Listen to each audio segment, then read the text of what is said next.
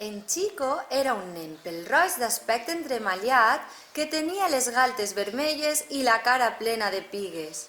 Sempre feia riure als amics i les amigues amb les seues bromes. Però quan arribava el moment de menjar el pla de sopa, en Chico tancava la boca tan fort que ni tan sols la petita cullera podia entrar. No vull menjar sopa! Un dia, sa mare li va comprar una cullera vermella i moltes verdures per a fer sopes de colors riquíssimes.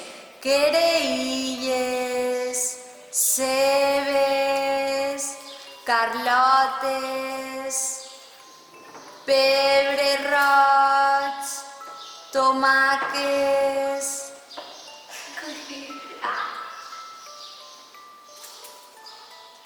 La mare va omplir la cullera vermella amb la sopa boníssima, però en Chico va tancar la boca. Cap de les tres sopes va agradar a Chico.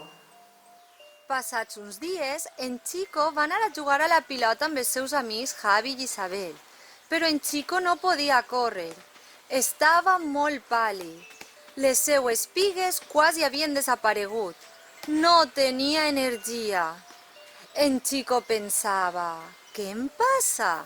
El seu amic Javi li va explicar que ell menjava una sopa molt especial que li preparava el seu pare.